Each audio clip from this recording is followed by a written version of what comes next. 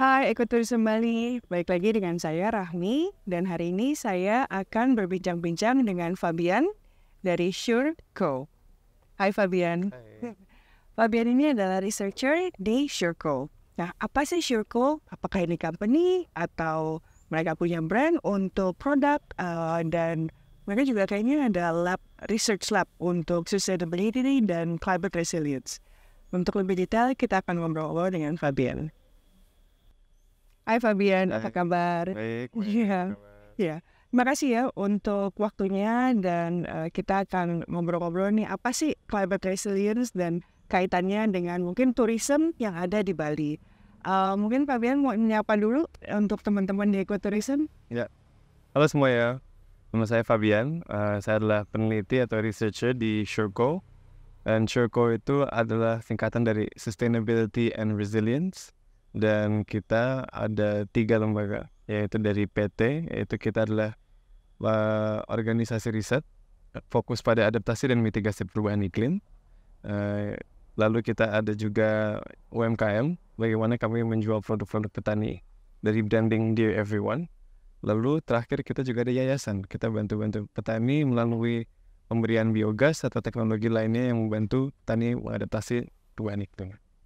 Nah, banyak banget kan informasi yang tadi Fabian kemukakan dan kita akan mengenal lebih lanjut apa sih kaitannya dengan pariwisata dan dampaknya pariwisata bisa bekerja sama dengan SureCo. Nah, mungkin yang pertama adalah cerita dulu nih, kenapa membangun SureCo? How did it happen? And when? Jadi di tahun 2014 itu founder kami dan CEO kami Takeshi Takama itu setelah lulus dari Oxford S3, dia kerja dengan pemerintah Jepang di JICA dan memiliki proyek besar di Afrika dan Indonesia.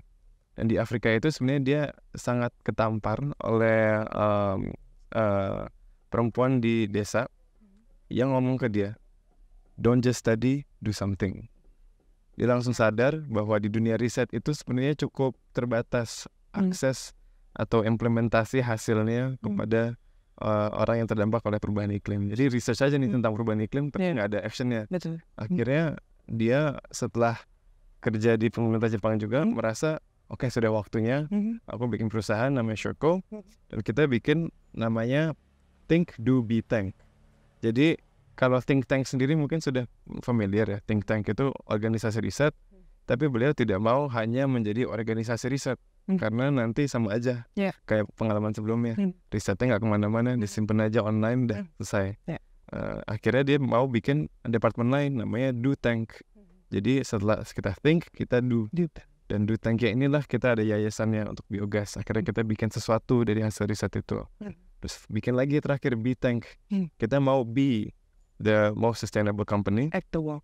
Jadi kita jadi sebenarnya do-nya itu walk the talk, terus nanti be-nya itu talk the walk. Kita katakan dan kita melakukan pelatihan nih di be. Jadi kita pelatihan ke petani, pelatihan atau sebenarnya event seperti ini kita masuk di Be Tank. Jadi kita mau holistic bentuknya Think to Be Tank. Nah, makanya jadi kita nggak bisa satu lembaga saja. Kita nggak bisa cuma jadi PT karena ternyata fungsinya terbatas gitu. Makanya bikinlah yayasan di 2016, 17 dan bikinlah UMKM 2022 karena kita merasa kita dengan 3 ini kita bisa impact kita bisa lebih besar lagi gitu. Jadi kita perusahaan sustainability itu tidak fokus hanya di research saja, tapi ada implementasi dan ada edukasi. Seperti itu. Nah, so far dari awal 2014 apa sih yang diketemukan kondisi di Bali? Mungkin kita mulai dari agriculture dulu ya karena penelitiannya lebih ke sana. Apa yang 2014 itu gimana keadaan Bali in terms of climate dan sekarang tuh seperti apa dan apa yang mau SureCo mau goals-nya untuk ke depan? Oke, jadi seperti dinamai sendiri Sustainability and Resilience, goalnya itu untuk bikin komunitas yang sustainable dan resilient ya. Apa bahasa Indonesia, keberlanjutan dan tangguh juga gitu. Artinya terhadap iklim terhadap perubahan iklim. Jadi dari 2014 itu sudah melakukan banyak peneliti terkait banyak riset terkait vulnerability assessment namanya. Jadi kita melihat siapa sih sebenarnya yang paling terdampak oleh perubahan iklim, dan terus terang bukan orang-orang seperti saya atau mungkin orang-orang yang menonton video ini, karena yang sangat terdampak itu petani sebenarnya. Kenapa petani? Source of food. Dan untuk mereka source of income juga gitu kan. Kita kalau kebanyakan hujan ya udah masih ada atap, masih bisa kerja, masih bisa buka laptop. Kalau petani kebanyakan hujan terus pohonnya tidak berbuah, terus tidak menjual, udah hasil panennya tidak ada uang tahun itu. Jadi kita melihat bahwa petani ini sangat terdampak karena ada terminologi namanya variabilitas iklim. Jadi sekarang kita musim hujan musim kemarau udah nggak sesuai sama dulu. Artinya dia agak geser-geser. Yang untuk kita mungkin ya udah so what gitu kita lebih indirect, kalau mereka direct. Sangat direct sekali karena khususnya di Bali itu ada mungkin para penonton dari Bali juga sudah mengerti kalenderisasi atau sake itu sangat digunakan di pertanian. Kapan masa panen, bulan berapa hujan. Sedangkan kalau sudah geser-geser itu sudah tidak sesuai lagi. Jadi itu resiliensi yang kurang. Jadi petani artinya vulnerable. Bingung mereka kan, nggak ada pakemnya, mau gimana ini. Betul. Bingung, dan akhirnya mereka cuma hanya bilang pasrah gitu, tidak bisa melakukan apa-apa. Akhirnya kita bekerja sama lah dengan BMKG, dengan Dinas Pertanian juga untuk mengadakan yang kita namakan sekolah lapang iklim, di mana petani ini belajar apa itu bedanya cuaca dan iklim, bagaimana cara membaca data dari BMKG agar petani itu bisa bukan mengganti SASI secara keseluruhan. SASI itu 50-70% masih bisa digunakan. Jadi kita juga tidak ingin istilahnya menyingkirkan ilmu local wisdom dan ilmu tradisional, karena justru mereka sangat bermanfaat tetap, tapi harus dikomplement lagi dengan diupdate dengan data dari BMKG, sehingga petani itu mengerti, ternyata 3 bulan ke depan tuh masih kering, ternyata 3 bulan ke depan tuh akan hujannya curah hujannya tuh tinggi. Apa nih yang harus dilakukan? Kalau curah hujan tinggi, mungkin nanti lebih banyak jamur, kita siapkanlah fungisida tertentu yang alami. Kalau misalnya kurang hujan, jangan dulu melakukan penanaman karena ada hujan, nanti cuma harus banyak keluaran air gitu. Kalau udah musim hujan bisa, kalau di kopi istilahnya bikin norak, menggali lubang, isi dengan humus, pupuk, nanti dengan air nanti bisa tertampung di bawah. Seperti itu adalah rencana aksi atau adaptasi yang petani bisa lakukan ketika sudah mengerti perubahan iklim itu. Jadi di 2014 kita sudah ada riset-riset tertentu yang kita akhirnya punya action plan nih. Petani nih fokus kita harus bantu dulu petani, bagaimana mereka bisa mengadaptasi perubahan iklim ini. Yang tadi disebut petani itu, petani apa aja sih sebagai jangkauan dari Shurko? Jadi sebenarnya kita mulai petani padi sih mulai hanya di riset saja, karena itu memang sudah menjadi program pemerintah. Program pemerintah itu udah melakukan tuh sekolah lapang iklim ke petani. Nah, tapi kita dapat proyek lain, kita mulailah analisis petani-petani lain. Petani-petani lain itu apa? Yang bukan prioritas pemerintah, contohnya kopi dan coklat, karena mereka bulan dan mereka tahunan. Kalau beras kan kita makan nasi kita makan sehari-hari ya, mungkin coklat enggak sehari-hari gitu, kopi juga enggak sehari-hari. Dan mereka juga nilainya sangat tinggi ya, nilai komoditas sangat tinggi untuk kopi dan coklat. Dan bisa dibilang itu harusnya kalau analisis market demand untuk kopi dan coklat, harusnya petani kopi dan coklat tuh petani-petani terkaya di Indonesia gitu ya. Karena mungkin harga nilai jualnya lebih tinggi, sangat tinggi, dan demand-nya sangat tinggi. Itu bisa memberdayakan banyak sekali petani kopi di Indonesia. Tapi mereka masih terdampak sama perubahan iklim ini. Jadi percuma, dan 2023 ini harga tertinggi untuk kopi. Karena lifestyle juga kan sekarang, siapa sih yang kopi co-working semua pakai kopi. Sudah jauh-jauh ekspor ke Kintamani, kafe-kafe sudah banyak, dan pasar udah coffee shop di mana-mana gitu kan. Dan jangkauan sendiri itu sekarang Shurko sendiri untuk di Bali, petani atau perkebunan itu sudah berapa? Sudah berapa ya? Berarti dari 2018 itu kita mulai melakukan banyak pelatihan kopi itu. Jadi dari 2018 kita ini nih mengundang BMKG bisa nggak kita bikin program sekolah iklim tapi untuk kopi, untuk coklat, gitu. Nggak hanya di padi. Akhirnya kita coba dan bisa lah, karena apa yang tidak bisa sih sebenarnya semua petani bisa gitu dijangkau. Kita buat program di Bali itu udah sekitar 10 lebih dari 10 program itu setiap itu 20 petani. Ya sebenarnya di Bali sudah 200 petani. Dan kira-kira satu petani area luasannya 1 hektar, 2 hektar. Kalau kita itu kami targetnya petani itu kebanyakan yang istilahnya bahasa Inggrisnya smallholder farmers ya. Jadi mereka bukan, apalagi ketika dibandingkan dengan di luar, di barat gitu ya, kita bukan bicara yang masif industrial gitu. Petani ini yang memiliki 1 sapi saja, memiliki mungkin cuma 2 babi di sampingnya, tapi kebanyakan sih di bawah 2 hektar. 2 hektar. Jadi ada yang Indonesia 0,7, ada 70 area, 60 area ada, 1,5 hektar juga ada. So, but roughly sekitar satu petani yang di average sekitar 1 hektar ya, rata-ratanya. Jadi 200 hektar itu sudah terus. Tapi biasanya itu kan yang mungkin belum ditap untuk edukasi seperti ini. Tapi they also play significant role ya. Sangat. Untuk karena ya 200 hektar lumayan kan untuk apapun yang impact direct atau indirect impactnya untuk climate ya kan. Mungkin saya tambahkan karena sebenarnya kita programnya tidak hanya ke petani, bahkan ke penyuluh pertanian juga.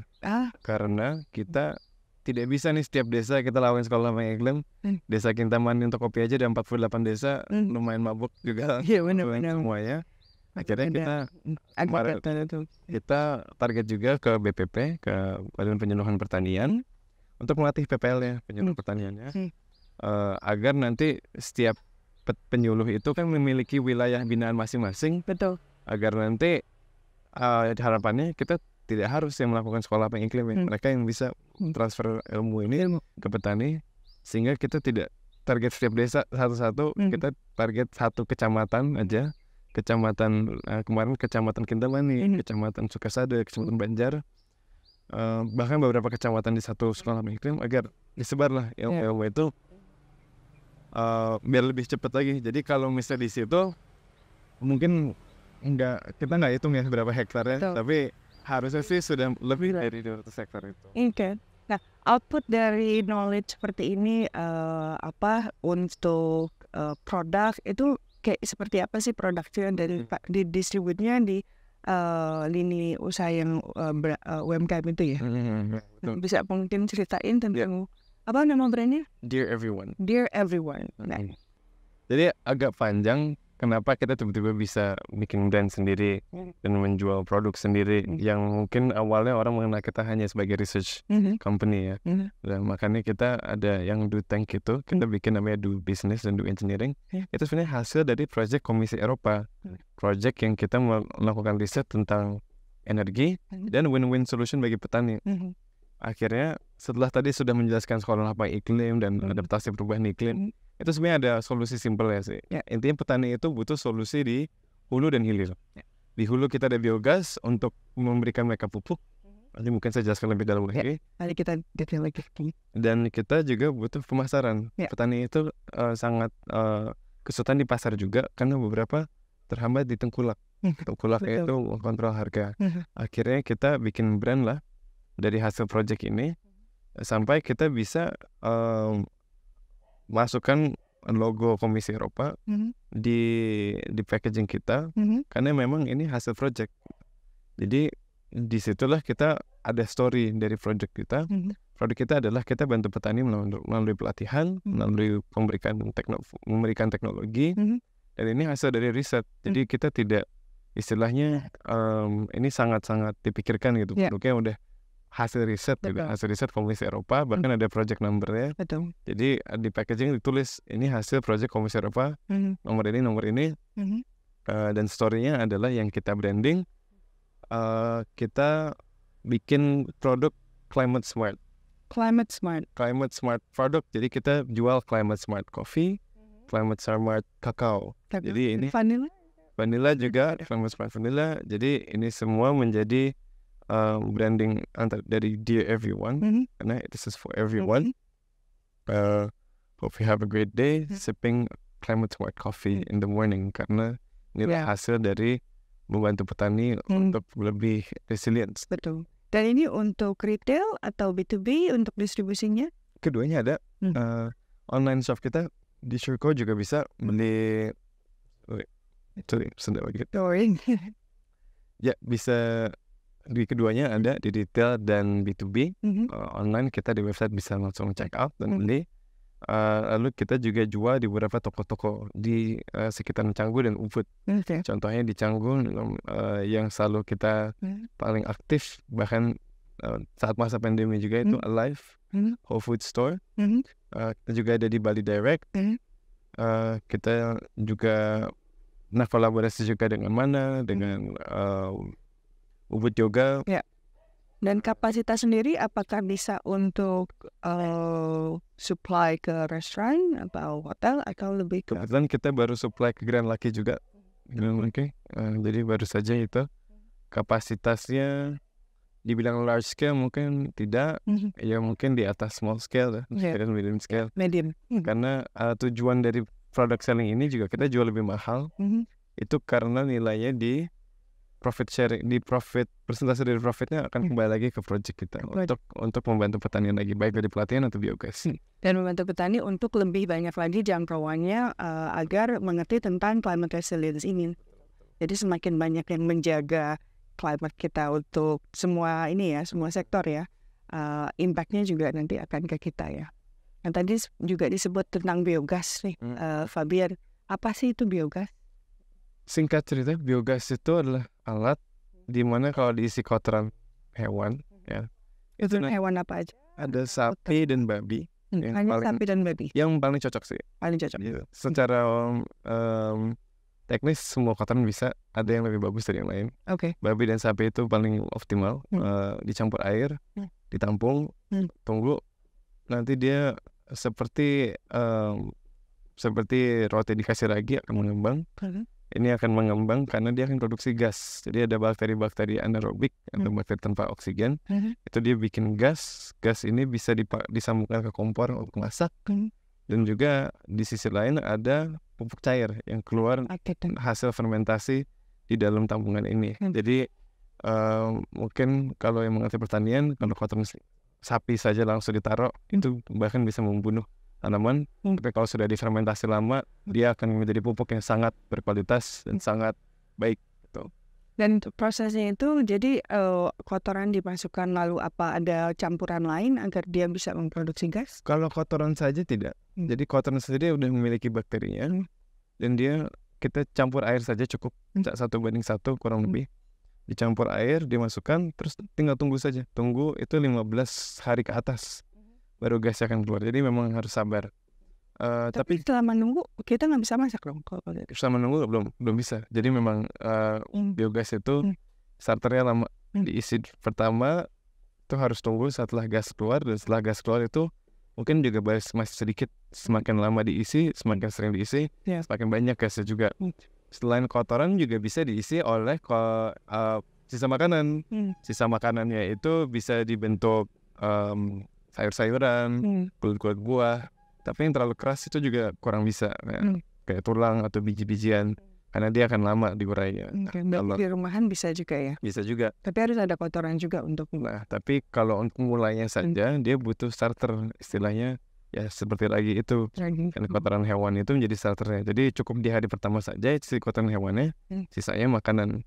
Tapi kalau misalnya tidak ada kotoran hewan, ada juga nih bakteri sekarang lagi dikembangkan. Berapa kali kami coba berhasil, dan dia bentuknya ya seperti lagi gitu. Jadi dia pupuk itu dicampur air dan gula, dan dia akan bisa. Nah ini distribusinya untuk kemana? Petani aja atau biogas ini? Jadi ini juga sama sebenarnya, satu project ya. Makanya tadi agak banyak ya, satu project. Kita ada pelatihan, ada jualan bisnis kopi. Pengetahuannya sangat banyak, dan tapi penting untuk didistribusi. Betul. Dan terakhir biogas itu juga bagian dari project Komisi Eropa. Karena kita harus cari energi alternatif yang cocok untuk Indonesia. Akhirnya kita pilih biogas. Kenapa? Karena istilahnya resource-nya untuk feedstock-nya banyak. Artinya di Indonesia banyak sekali kotoran sapi yang nggak diapa-apain, jadi mana-mana. Betul. Dan kalau udah mengerti juga efek rumah kaca ini, kan dari kotoran hewan ini keluarlah metana, yang itu lebih kuat lagi daripada karbon dioksida. Makanya udah nih, kita udah mikir biogas itu paling perfect nih untuk Indonesia, karena memang banyak sekali pengolahan limbah ternak yang belum diolah secara optimal, dan toh petani juga membutuhkan energi. Betul. Energi listrik, di samping mereka menggunakan kayu bakar atau harus beli LPG yang bahkan di pelosok itu lebih mahal daripada di sini. Yang di Canggu dan Pasar bisa 18.000, di pegunungan bisa 25.000 gitu. Jadi lumayan gitu yang bisa diperangi oleh biogas. Mereka punya bahan bakunya ya, maksudnya kalau dia punya ternak udah bisa otomatis. Jadi basically mengurangi cost, atau bahkan mereka tidak harus mengeluarkan cost sama sekali. Betul. Sedangkan mereka juga bisa manfaatnya banyak sekali gitu. Bisa mengurangi dari emisi, mengurangi konversi limbah ternak itu jadi pupuk dan gas.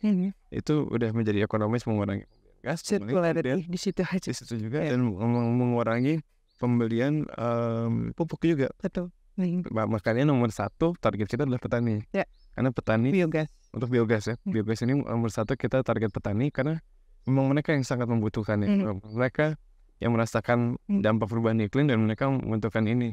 Jadi biogas ini teknologi yang unik karena dia tidak hanya mitigasi perubahan iklim, tapi juga adaptasi. Betul. Seperti itu. Fabian, untuk area jangkauan Sure&Co untuk agro wisata nih, ada di daerah mana aja sih di Bali? Oke, kalau agrowisata itu sebenarnya cukup terbatas ya. Kalau terbatas itu yang kami sudah kolaborasi itu kebetulan kami juga ada program nih yang di B-Tank yang saya juga sempat belum ceritakan. Itu kita ada SDG training. SDG training kita melakukan pelatihan kepada sekolah internasional, contoh dari Jepang juga. Karena kebetulan founder kami banyak koneksi dari Jepang. Itu kita mengedukasi terkait Sustainable Development Goals, dan kita bawalah ke lokasi-lokasi agrowisata ini. Jadi kalau misalnya di Kopi itu ada di 2 tempat yang kami tahu. Itu ada di Your Farm Bali, yaitu di Plaga, di utara Bali, tapi masih masuk Badung. Terus di Desa Catur juga ada. Catur itu sudah masuk Kecamatan Kintamani. Dia ada coffee farm di Pak Gusti Mangku. Lalu di Jemberana juga ada beberapa untuk kakaonya. Di kakaonya ada Desa Wisata Coklat, itu juga sudah ada di Jemberana. Di Tabanan juga ada. Bahkan kalau misalnya kopi di Tabanan itu ada, kami berkolaborasi dengan 5 Pillars. Mereka sudah kebun kopi robustanya juga digabung dengan beberapa aktivitas lain. Mereka juga sangat involved di ekoturism ini. Yang menarik, salah satu courier kita juga. Siap. Berapa bulan lalu ya. Tapi jadi menarik juga ya untuk wisatawan, ada opsi selain juga lihat produknya ya kan, ya kita memang famous untuk kopi ya kan, vanilla ya kan, tapi juga bisa belajar mungkin juga ini untuk wisatawan kayak student atau juga korporasi yang mau belajar ya kan, implementasi SDG di dalam agrowisata ya kan. Jadi memungkinkan sekali untuk berliburan sambil belajar ya kan, Bali. Nah sekarang kayaknya udah kita bahas tentang apa ini Sure&Co ya kan. Kita mau lebih tahu tentang Fabiannya sendiri. Gitu. Nah Fabian, udah berapa lama nih di Bali, dan what do you think, menurut Fabian tuh pariwisata Bali itu seperti apa, dan kalau dengar kata pariwisata berkelanjutan tuh apa sih menurut Fabian? Jadi aku di sini dari 2019 ya. 2019 hampir 4 tahun, dikit lagi. Jadi aku melihat tuh transisi pre-COVID, COVID, post-COVID. Betul. Jadi dan selama ini dicanggut terus. Or not? Ini ya. Tapi fair aja sih. Jujur aja ya. Jadi pre-COVID itu unik tempatnya karena Canggu itu juga udah rame. Terus pas COVID tuh Canggu itu agak bahkan masih lebih alive daripada Kuta ya. tapi banyak sekali melihat bisnis yang hilang gitu. Termasuk my favorite spots. Ada satu tempat contohnya di Indian restaurant di Berawa, banget piring daun udah nggak ada. Tapi itu terjadinya di pariwisata di Bali, karena di Bali itu ya udah pariwisata tuh udah nggak bisa di separate dari Bali gitu. Kalau orang sebut Bali itu tourism, sudah ekonomi tourism, semuanya tourism. Jadi justru disitulah dimana bukan tourism berkelanjutan gitu, karena karena bahkan masyarakat terlalu tergantungan oleh tourism, sehingga kalau ya situasi seperti COVID atau kita nggak tahu ya, kita nggak bisa prediksi gitu ya, itu kita nggak tahu apa yang bisa kita lakukan. Malah ada blessing in disguise-nya. Kalau ketika COVID itu kita bahkan menjadi dapat banyak petani-petani muda di catur juga kopi, karena mereka sudah pindah dari pariwisata, dari tourism ke betul. Jadi COVID ini ada sedikit blessing ini untuk pertanian, karena kalau tahu sendiri pertanian ini sekarang ada salah satu kendalanya adalah petani sudah cukup berumur. 80% petani itu udah cukup berumur. Terus 20 tahun ke depan siapa yang lagi? Nggak ada regenerasi. Makanya kalau misalnya tourism berkelanjutan itu menurutku tourism yang tidak hanya mikirin uang sih nomor satu. Tidak hanya mikirin uang, tidak hanya pencitraan atau kecantikan ini saja, tapi di balik kecantikan itu memang ada impact ya. Ada impact yang dipikirkan, social, environmental, karena ini yang nanti juga akan long last. Betul. Long lastnya dalam arti ya misalnya turis selesai gitu ya, maksudnya kita juga harus melihat ada backup plan. Ada backup plan-nya. The only source ya. Betul. Dan memang awalnya kan Bali sendiri kalau kita ngomongin dulu banget agriculture ya. Agriculture sekali. Sampai Indonesia gitu, kita masih negara agraris. Dan dilihat sendiri teras-terasnya Bali itu kan dibikin bukan untuk estetik gitu. Sebenarnya estetik itu nilai tambahannya sangat tinggi. Tapi kan teras-teras dari Tegalalang semua itu awalnya karena agriculture. Ada artinya semua, dari subak, perairannya, irigasinya itu kan yang bikin sebenarnya Bali itu sangat unik di teknik-teknik agriculture-nya gitu. Kalau dari pariwisata sendiri 4 tahun di sini, ada nggak area yang Fabian suka dan kenapa? Dan mungkin ada cerita why you choose that specifically? Mungkin yang hidden gem.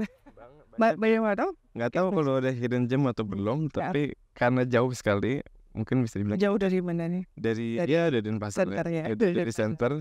Itu di Karangasem ada Samsara Living Museum. Itu menarik sekali. Masuknya juga ribet tuh, maksudnya kayak makannya hidden aku bilang,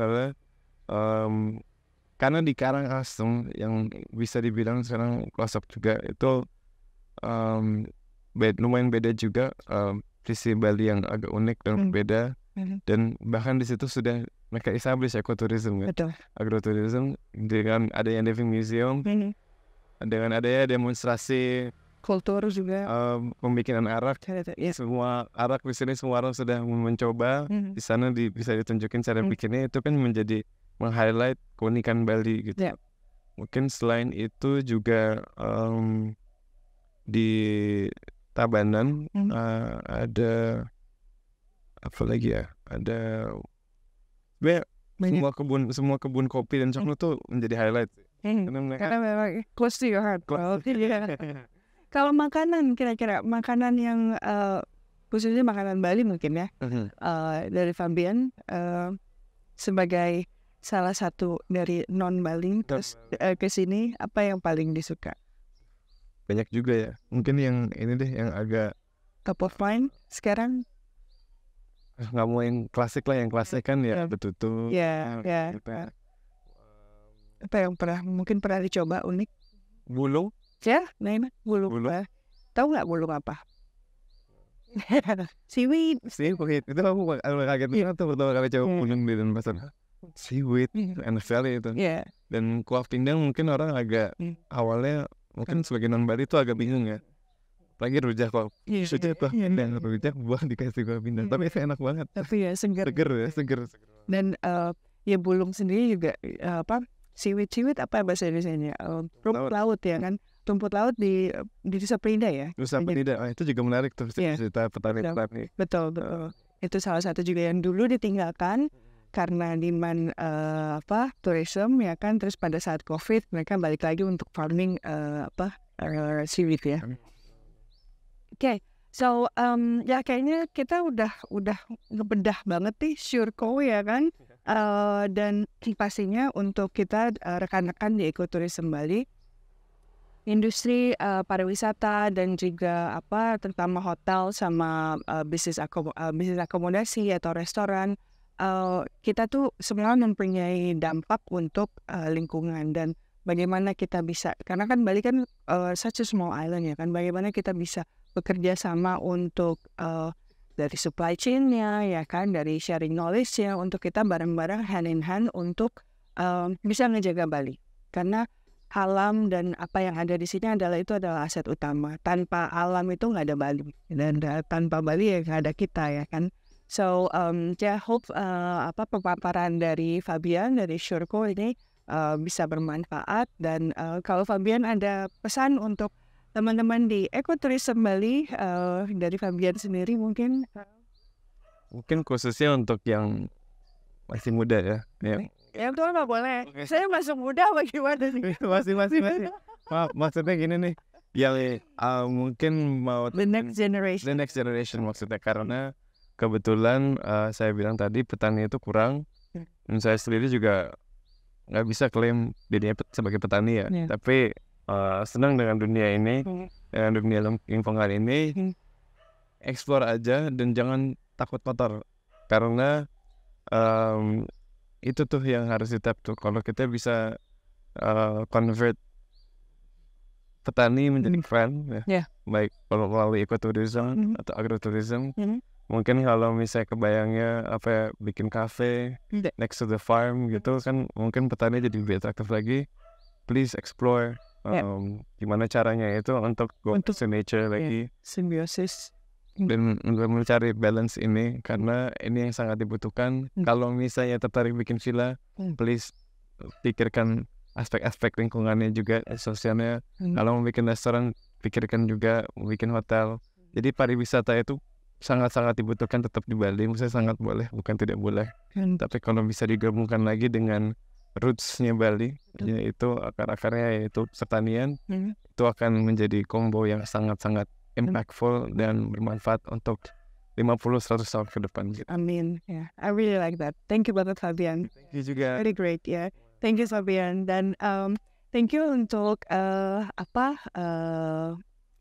hari ini. Semoga bermanfaat dan kita ketemu lagi untuk episode Eco Warrior lainnya di lain waktu. Bye.